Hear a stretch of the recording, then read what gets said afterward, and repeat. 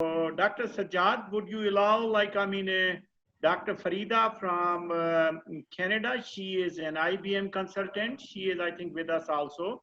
So we can invite her first if you allow us. Most welcome, sir. Dr. Farida, are you there? Yes, I'm here. Can you hear me?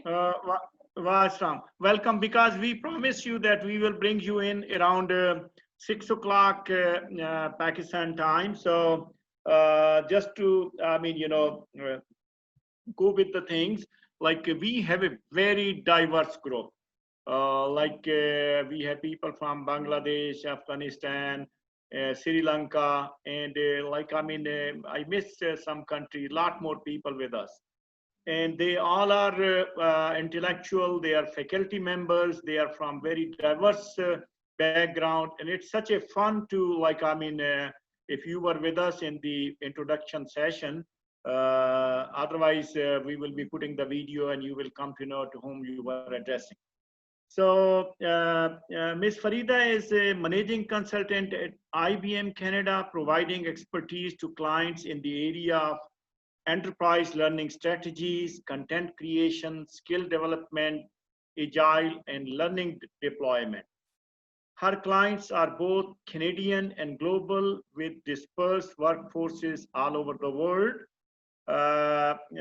Ms. Farida is a creative thinker who is passionate about innovative learning solutions. She specializes in managing training ecosystem to deliver face-to-face and online training. Ms. Ansari is excited about skill, the cognitive enterprise, and learning habits that impact behavior change. Today, more than ever, the human is at core of her design, strategy, solution, planning, and innovation. She lives by the following words: courage, learn, disrupt, create, and share. Ms. Farida, the floor is yours. So everybody is eager to hear from you. Thank you so much. Assalamu alaikum, everyone. Are you able to see my deck, Dr. Saab? Yes, we can see it. Hopefully everybody is seeing. If somebody cannot see it, just write to us. Okay, great. So I will not take much time, but because it's Friday morning here and it's a work day for me, so I would love to stay for the whole bit and listen to the next speaker as well, because last time I was with this group, it was learning on both sides. So it was not just like sharing of knowledge from North America to Pakistan, but in fact from Pakistan to the world as well. So it was really a lot of learning at my end as well. Because we have some really, as we all know, we have talent across the world, and it's not specific to one region. And it is, I think it is through self-awareness that we recognize the talent. So today my topic is about embracing the future, always embracing the future, as it is, the embrace comes from the heart. And in our tradition, heart has a very special place, as you all know. It is not just the mind from where we learn, we also learn from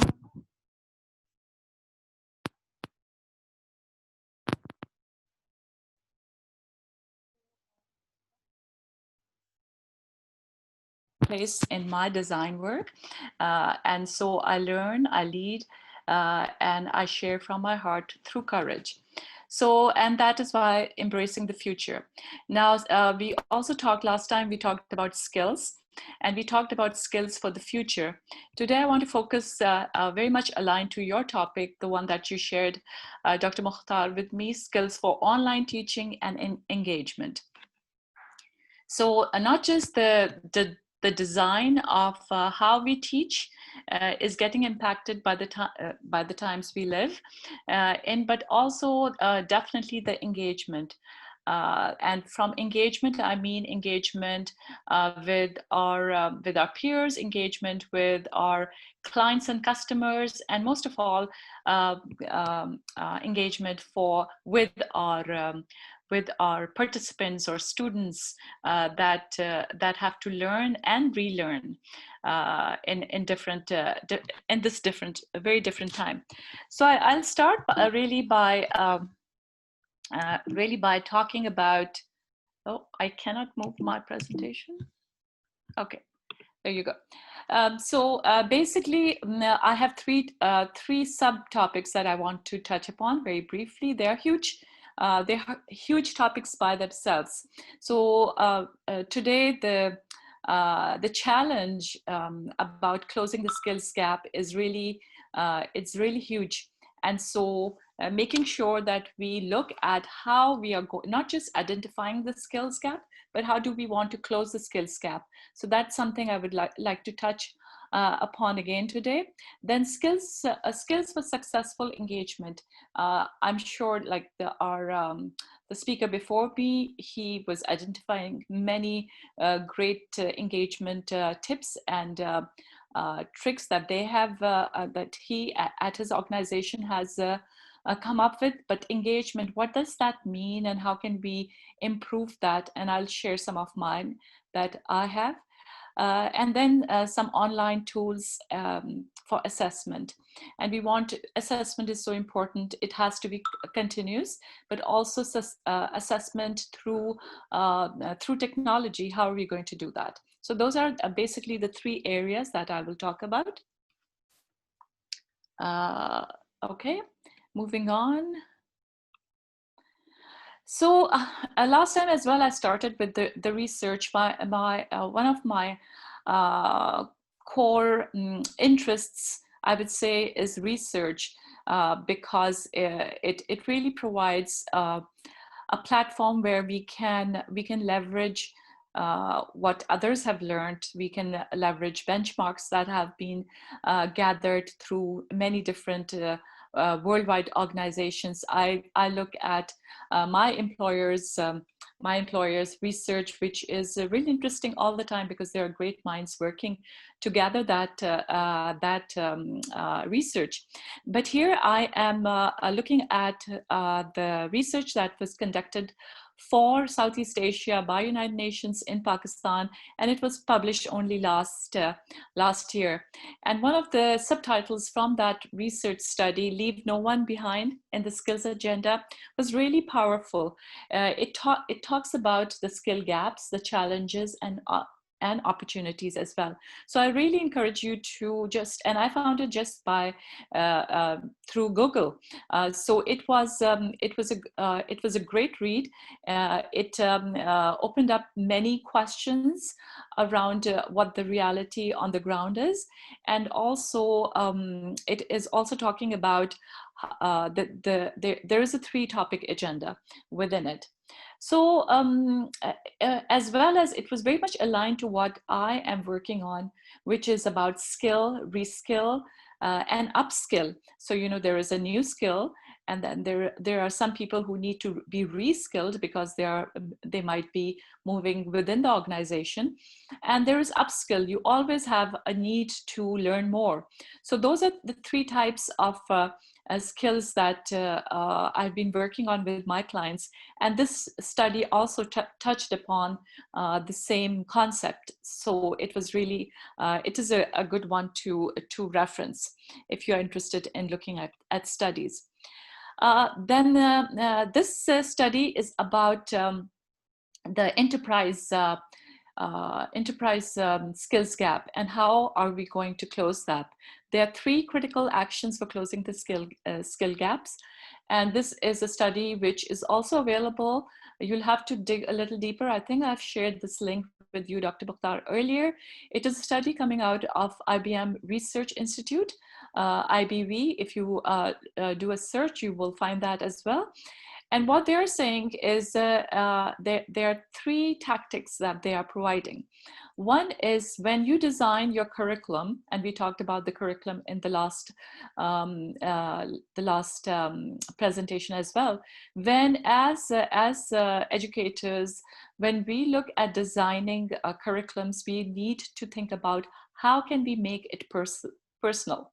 Making it personal really impacts the user, and the engagement level is going to be enhanced. It will be much more. Also, by making it personal is really, you have to step into the shoes of the students. So think about what they're saying, what they're thinking, what they're doing, and what they are going to, there are 4 aspects of this whole persona. So I'm not going to go into the persona part, but really step into the shoes of the student when you design that persona. So think about their challenges, their reality, of how they're studying today, as well as the wide array of types of learners. So when we step into the shoes of the persona or the participant, then we are really building empathy, we are trying to understand our users, and not at a superficial way. Really understand their pain points, understand, as the speaker before me said, understand that they are introverts and extroverts. There are people who learn fast, there are people who take their time in self-paced learning. So how do you design a curriculum, but it needs to be personalized? And I would say that you need to not start from the scratch, but be agile, be disruptive in your design, and it's not going to be perfect. So we need to also learn to do that. And I think Pakistan is a great example, because we are not perfect, but it is in disruption, in admitting that we are not perfect. We move on, and we do deliver good quality education and skills to the population where we can. The number 2 point is about turning up the transparency. So gone are the days when people will take a course, they will do a test or exam, and they have to run around to find their grades, or figure out at the end of the semester what their grades are going to be. Turning up the transparency all along is going to not only benefit the student, but also your program, as well as the journey of that learner. So, we have talked about badges, how the world is now using digital badging or digital certifications, which are embedded in blockchain technology. And people will not be like, once the organization has issued a certificate or a badge, it cannot be changed, because it is digital, it is logged, and it stays with your history, in your journey as a learner as well. So LMS is a great starting point, but also beyond that, there are other technologies that we should be looking at to embed in the education system, in higher education in Pakistan, so that we can move on to the next stage of becoming digital, becoming transparent. The last point on this slide is about look inside and out.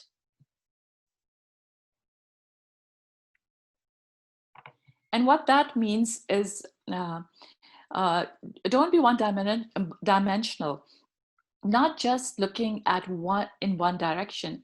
I will take the example of an organization. Within the organization, you are looking at people inside you. Where is the talent? Where is the knowledge? Similarly, when you create a course, when you create a curriculum, when you design for this new environment, which is not that new, but maybe it is new for some areas, for some verticals in the industry.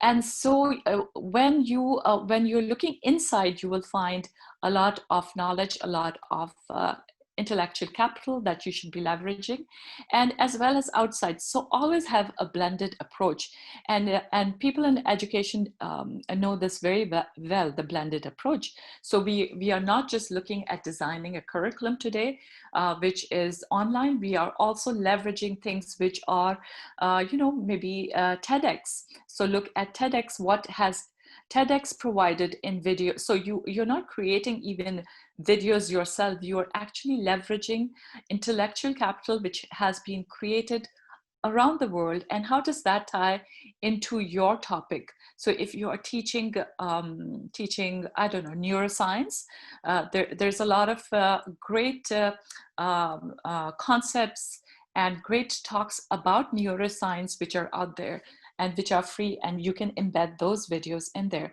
And these videos, like one source I mentioned, TEDx and TEDx EDU, those types of resources can easily be embedded in your design.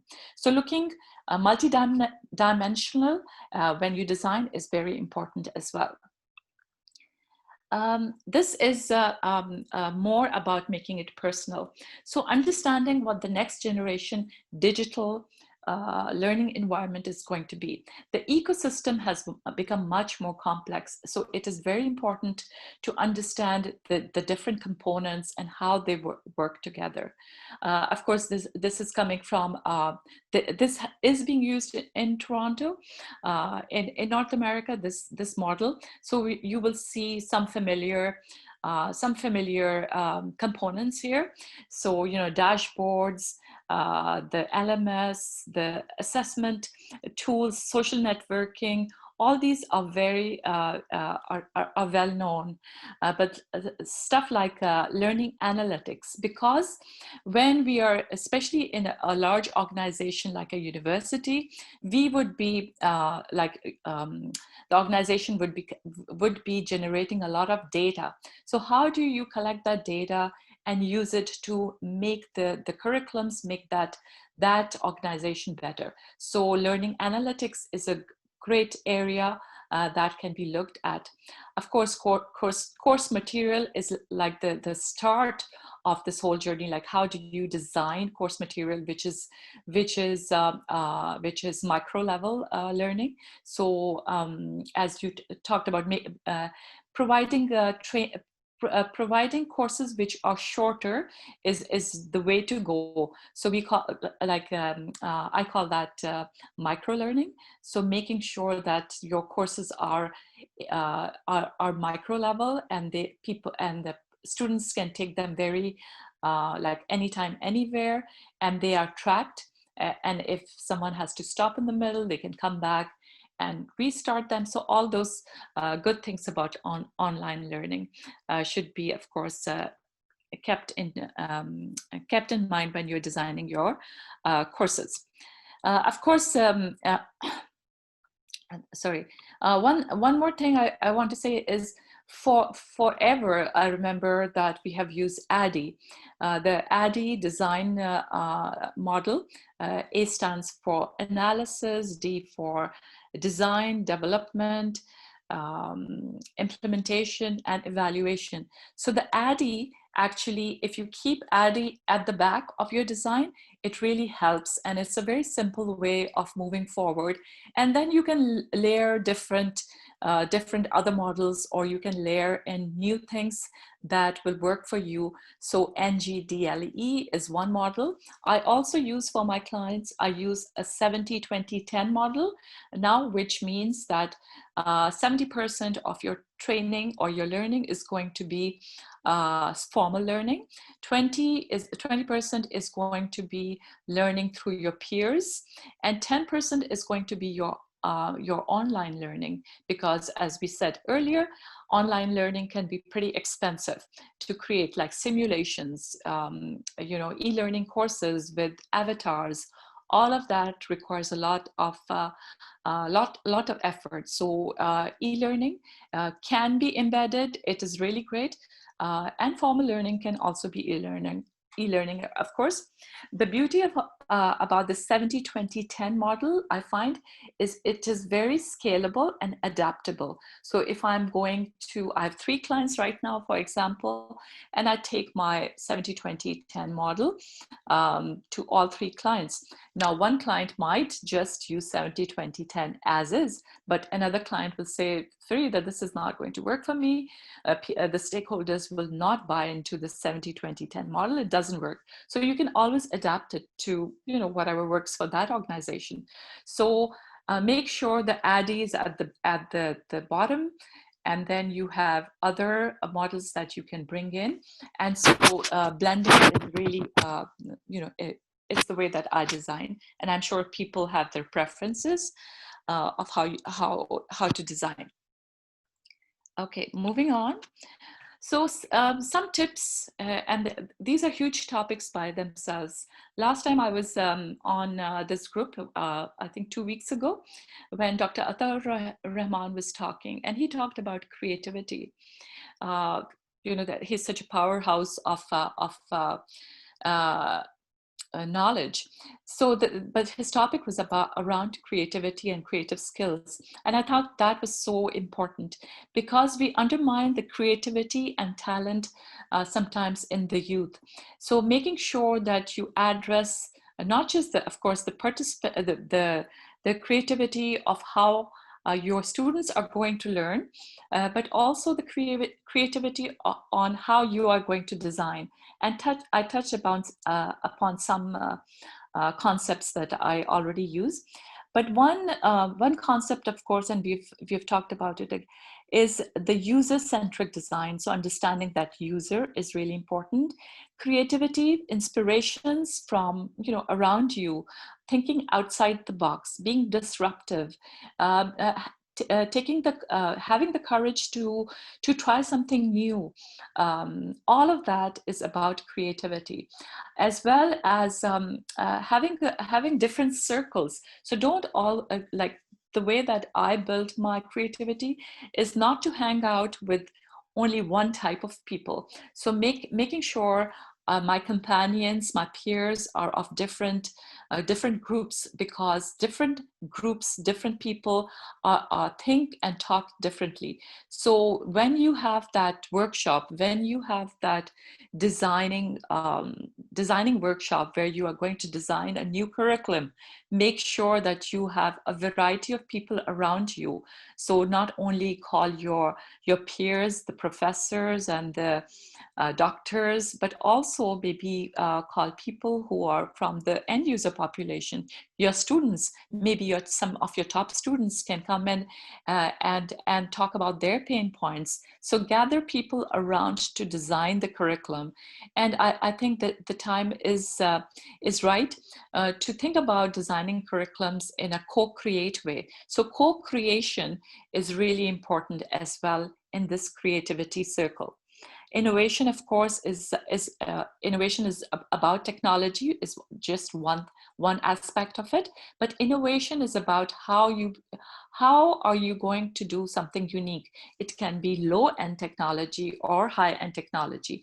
And I think it's very important to understand, again, your environment and what will work for your end users, for your participants. So like a student sitting in Multan or a student sitting in a rural area in Pakistan might not have the same access, of course, to internet, to even the type of laptop he or she is using. So making sure you have things which are consumable for your population. When I was last in Pakistan, I know that there's so many people around you. When I visit Pakistan, there are all types of people, of course. And so there was a young boy who was hardly, I think, 18 or 19, and he was using Facebook. And I said, well, you can't read. How are you using Facebook? And of course, he was using Facebook through audio. So he was always doing the audio part of using the audio functions of Facebook.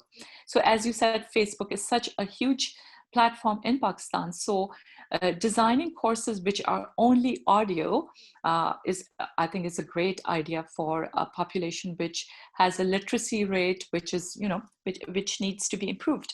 So innovation through understanding, again, your users, keeping your design user-centric, which will impact your creativity, innovation, and of course that leads into meaningful content. So one of the reasons I came into this field is because of meaningful content. When many years ago, when I lived in the Middle East, I used to teach, and the textbooks where I was teaching was they were from North America. Now students did not relate to everything that was being said, but if you bring up a topic which is current affairs, students had so much to say. So the relationship between content and the user is really important.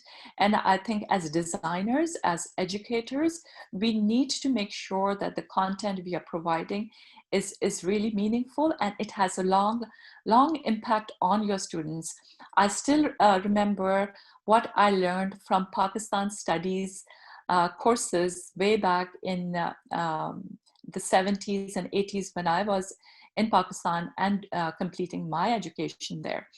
So meaningful content will have an impact and will turn your students into lifelong learning. So think about, and that is all about engagement. That is what engagement is about, meaningful content. And this is, I think, my last slide. This is about assessments. Of course, when you design your curriculum, that is when you think about what is going to be a successful curriculum, what is going to be a successful program, not at the end, not when you have implemented. So success criteria or defining your KPIs, key performance indicators, all those things need to be addressed as well as thought out at the start, at when you design the program. Now, because we are in such a volatile time, we are online, we also need to do it in a very agile way, and we should be updating our assessment tools, as the speaker before me said as well. Selecting online assessment tools, and there's so many, and at all levels. So if we talk about elementary school, higher education, corporate world, all kinds of tools are already there. Just this week I found Kahoot, K-A-H-O-O-T. Kahoot is like a gaming platform. And I'm going to be playing a game with my team a little later this morning.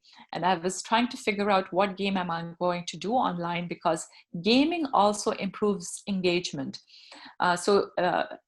Including games in your design, in your programs, will also increase that engagement part.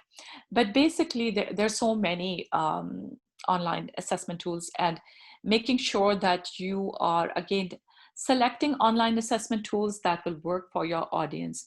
So Kahoot for me is going to work hopefully this morning when I engage my team here, my IBM team here. And it is an icebreaker activity. It's 15 minutes, so that works. But when I actually have to go and create a evaluation program for my client, for which I'm getting paid, my company is getting paid, I will look at designs, the models like Kirkpatrick evaluation model, which is a pretty robust model. It has got four levels of evaluation. There's I think I did add a slide here. The reaction, the learning, the behavior, as well as the results. So look at the Kirkpatrick's model if you're not already looking at, because I know this audience is pretty knowledgeable. So that Kirkpatrick model I've used a lot successfully. And the new one that I have now embedded and have actually embraced, and people are embracing this, companies are embracing, is NPS. So that's the new way of measuring your course. And why I really like it, it's perfect for the fast world that we live in today. It is coming from the sales and the marketing industry. And it is, you need to have, the benchmark is you need to have a score of above 40%. So, and you can ask one or two pulse questions. So you don't have to have a huge evaluation criteria and then the Kirkpatrick model type of a model in there. You can really, at the end of each course, you can ask one question, a one burning question, which could be, would you recommend this course to your peer? if it is a yes or a no. So everybody can take it really fast online. So that's just one example. Are you going to recommend this course to your peer? Yes, no. And if you get more than 40%, your course is doing well. And so I embed those types of those types of questions within each of my courses. So it gives me an indication of how the course that I've designed is doing in a very fast way. So NPS is one tool that I would recommend. So that's all I have today. If there are any questions, I'm happy to answer. Ms. Farida, thank you very much. What a beautiful presentation. We have to give you good news that tomorrow and day after tomorrow, you will be having a off days. So, I mean, thanks God, it's a Friday for you. But today, because you gave such a beautiful